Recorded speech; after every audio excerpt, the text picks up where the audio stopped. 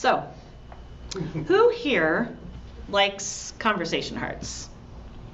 You know what I mean? So they're those little chalky heart-shaped candies, and they have the messages printed on the front. You know what I mean? Yeah. Yeah, I like them too. They say things that are like kind of quick and clever, like kiss me or be mine. I've loved them ever since I was a kid. Probably because they only come out once a year. So, did anyone know that they actually change up the messages every year? Julie, you knew. I didn't know this until yesterday. Apparently, they've done this for over 100 years. According to an article that was in the Sunday magazine, which comes out on Saturday, months before each Valentine's Day, the candy companies that create these, there's one or two of them out there, start to ponder new messages, and they edit out the ones that they think are a little too dated. And then they look for a dozen or so fresh sayings so that they can be current and inoffensive, charming, and of course clever. It seems like these little tiny candy hearts are kind of like a barometer for whatever we happen to be negotiating in current day relationships. Now, some of the oldest embossed candy messages were kind of wordy. They actually, because they were tablets, this was before they even became hearts. And they said things like, "How long will I have to wait? Please be considerate." I mean, you can just imagine a woman in her bonnet, and she, you know, there's this beau that's been courting her, and they've been stepping out, and she's like, when will he ask me to marry him? But you know, it's true. We've all been around a few years, and even in our own lives, times and love, it's changed, right? Yeah. I mean, fax me on those little hearts was cast aside for email me, and then it became message me. And whew, thank goodness Hubba Hubba has fallen off the list. Oh, darn. That was a big one when I was a kid. You see, these catchy little messages, they don't just follow the shifting lingo of love. They're actually trying to capture the themes of the bigger stuff that's going on in society and how we interact with each other. That's why last year, while our nation was still recovering from COVID, one of the companies introduced 16 supportive slogans like "You the best" and "Good job" and, you know, "You got this." But then at the same time, there was another company that kind of anticipated that out of COVID relationships might actually be going in the other direction. You know, we did spend all the time locked up together. So they introduced a line of candies called the End the Conversation Hearts, with slogans like "Nope" and "For Never." It's silly, I know. Who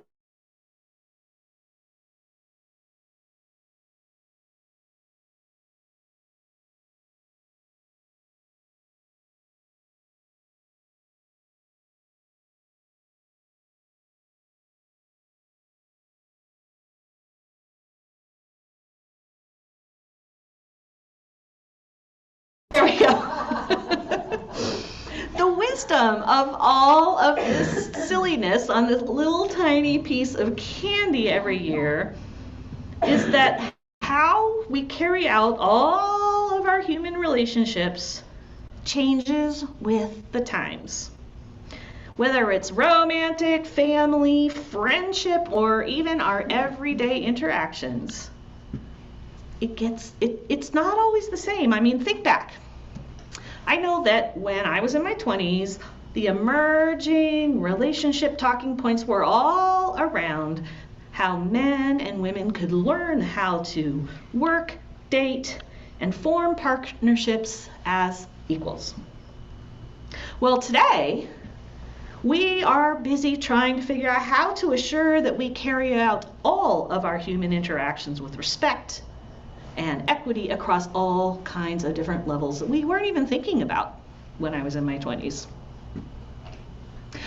At the same time, I have to say I don't think that the basics have changed. I mean, the 10 Commandments and the Golden Rule, they still work pretty well, right, for most situations. It's just that we have to keep learning how we apply those tenets that we get from Scripture into our current context, so that the basics really are being enacted at the heart of what we do with each other in the world. And from the sound of today's gospel, Jesus was trying to do the same thing. You see, Jesus is a good rabbi and a good Torah scholar. So part of his role is to help people to figure out how the instructions that God enshrined in scriptures hundreds and hundreds of years earlier applied to them and the kinds of relationships and interactions and societal stuff that's going on in their world. Now, dear ancestors, who were out of whom emerged their understanding of their relationship with God and how God's expected them to interact with each other, they were nomadic shepherds. So the people in Jesus' time that Jesus is talking with are asking the question, how do people living in more settled lives as farmers and fishermen and merchants and craftspeople in villages and towns and cities keep these words that I am commanding you today in your hearts? That's their question. Now, several verses back, and we haven't heard this for a couple of weeks, but it was in there. Jesus told us, I'm not breaking with tradition. I come not to abolish the law, but to fulfill it. So Jesus is saying all this stuff, it's still stuff we have to think about. It matters to us. I'm not saying something new. I'm helping you figure out what the old means for you today. See, that kingdom of heaven that Jesus proclaims, I'm thinking it's more or less the full flowering of the kind of society that is envisioned in the covenant of God. It calls upon society to wed justice and mercy such that there is life abundant for the vulnerable and the powerful alike. But it's true that Jesus has also shaken things up. I mean, he's already asked his followers to leave their birth families, their places that they lived and did business, their clan, so that they could follow him. And he's shaping them into a new kind of family, so that they see each other as brother and sister and God as their Father, who has adopted them by baptism. So love God and love your neighbor. It has to be refigured out for their times and for this new circumstance that they have found themselves in.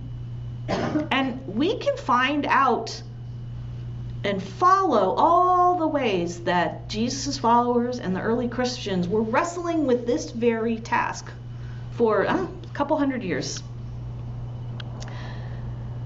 In today's passages, Jesus uses a pretty common rabbinic methodology. It's called fencing the law. In near as I can tell, we would kind of think of it as the domino approach. If you don't want to murder someone, then it's probably good to start from the place of not letting all your anger with them fester. Makes sense, right? This understanding of what Jesus is doing comes to me via Jewish New Testament scholar Amy Jill Levine, who I mentioned has this wonderful book about the Sermon on the Mount, which is We're still in the Sermon on the Mount. Can you believe it? And there's more to come, but we don't get to hear it because next week's the last week of Epiphany. But she is the one who has suggested that our biblical translations actually obscure to us the types of violence and retaliation and marital and tribal and contractual issues that Jesus is actually sort of looking at here, and the stuff that was being addressed in the scriptures of Deuteronomy and Leviticus. They don't all mean the same stuff because, right? Times change, relationships change, society changes.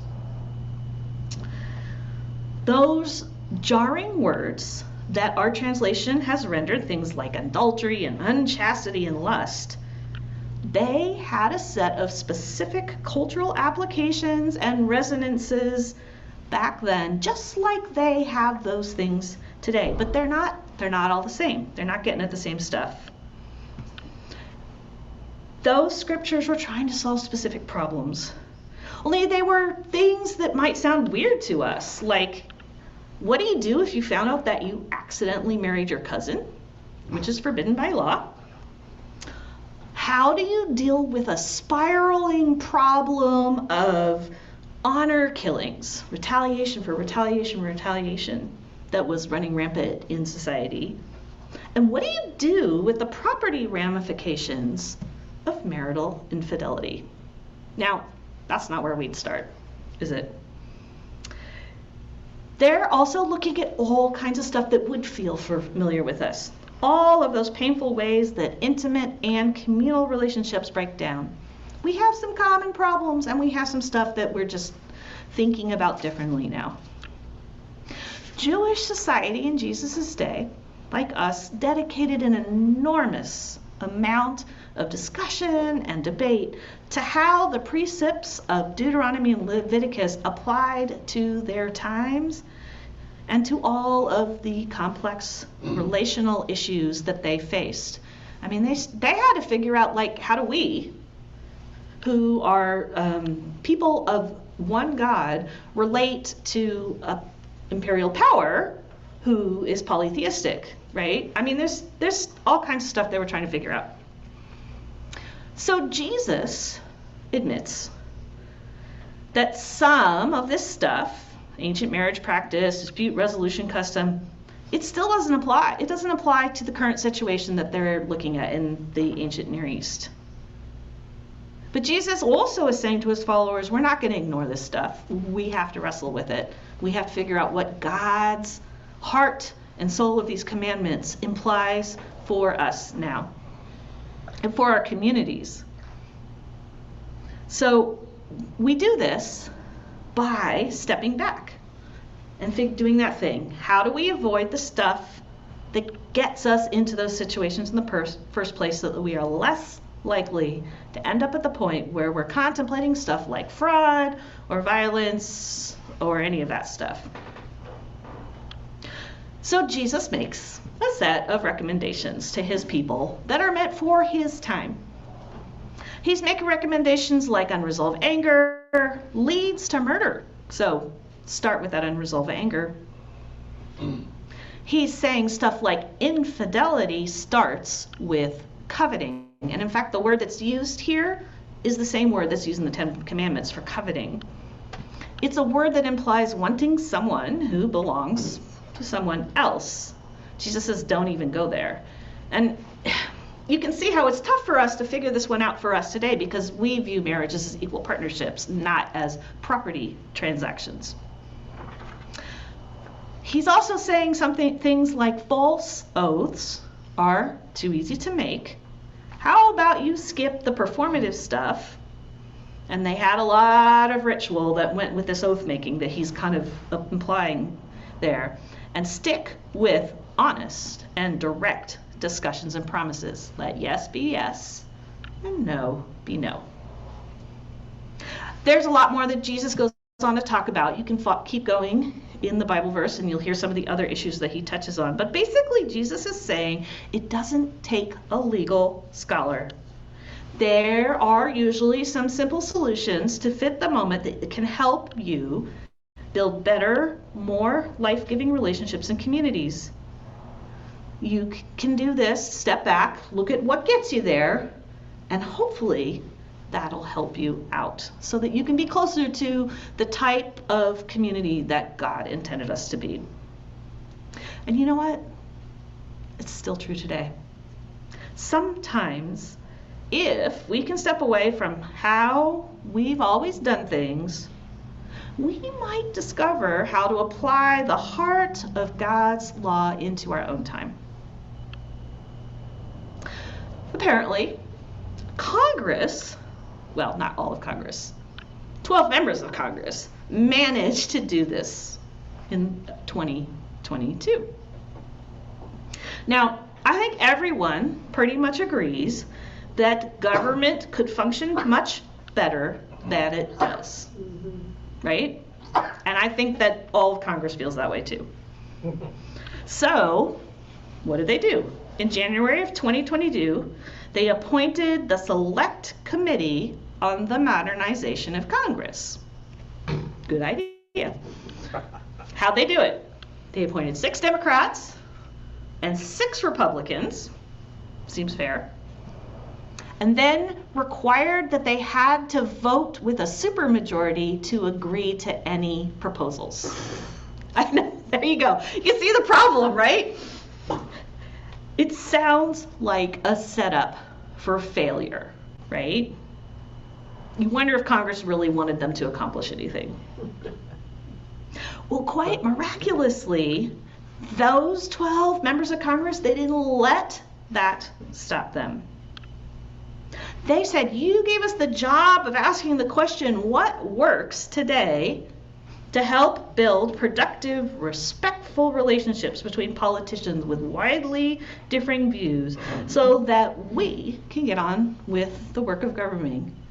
And so they started by asking themselves that question in their own committee.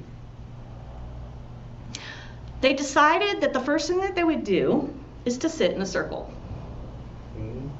Democrat, Republican, Democrat, Republican, Democrat, Republican, Democrat, Republican.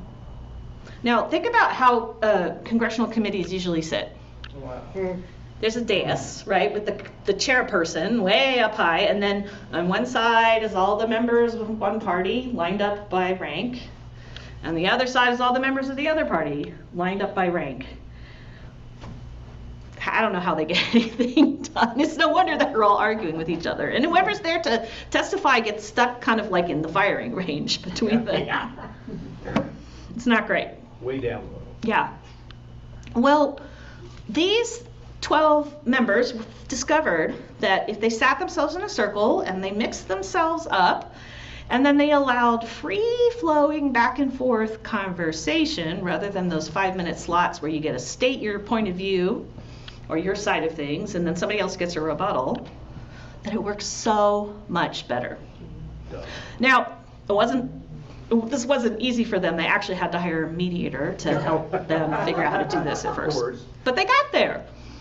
And they discovered that spending time together and getting to know each other and learning how to talk and how to listen was, in fact, transformative for them.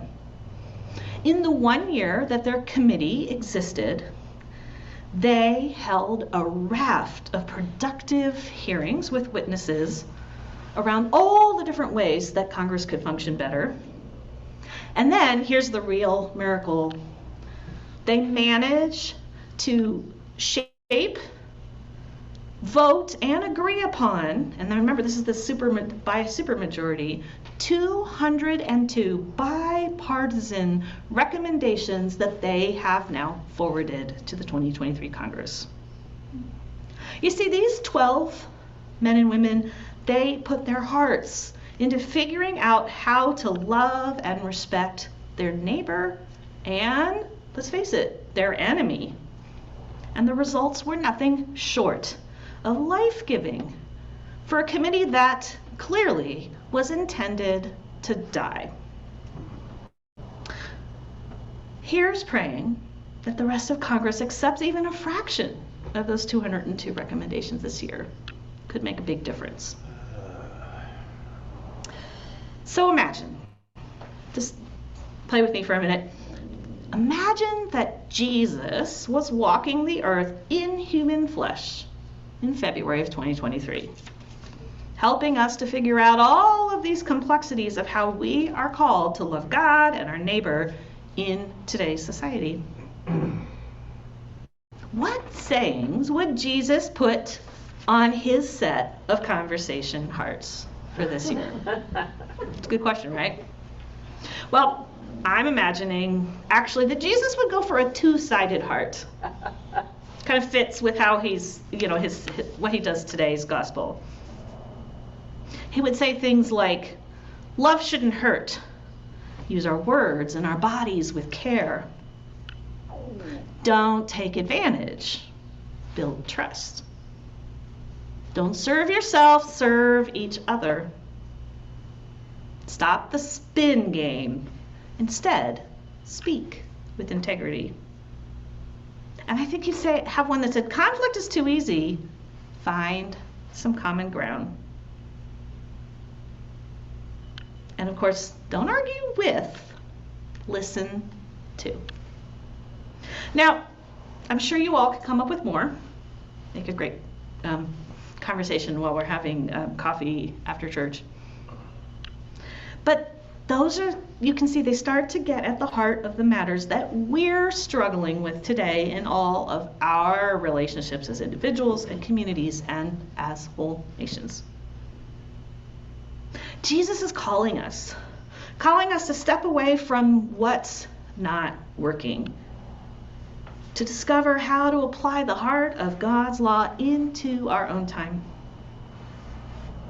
Jesus is suggesting that there might be some simple solutions that fit our moment, that can help all of us to build better and more life-giving relationships and communities, just like God has always intended for humanity. And Jesus is also saying, don't you forget, you'll always be mine.